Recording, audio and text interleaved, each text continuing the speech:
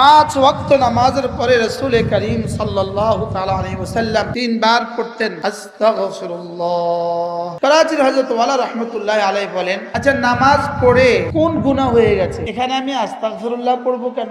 করাচির হযরত ওয়ালা রাহমাতুল্লাহি আলাইহি বলেন, এটা এজন্য পড়বো, নামাজ পড়ে যেন আমি আমার রবকে এভাবে বলি, রব্বুল আলামিন যেভাবে আপনার শান মতো নামাজ পড়া উচিত ছিল আমি সেটা পড়তে পারি নাই, আপনার শান মতো আমি দিতে পারি নাই, এজন্য আমি মাফ চাচ্ছি। আমাদের রশিদিয়ার হযরত ওয়ালা হযরত মাওলানা শহীদুল্লাহ সাহেব দামাত বারাকাতুহুম তিনি একবার বলেন যে ইস্তেগফার, নামাজের পরে ইস্তেগফার কেন করব জানো? এটা হলো এজন্য, বড়দেরকে কোনো কিছু আমরা যদি হাদিয়া দেই, বড় থেকে বড় কিছুও যদি দেই, তারপরে কি বলি, হযরত মাফ করবেন, কিছু দিতে পারি নাই।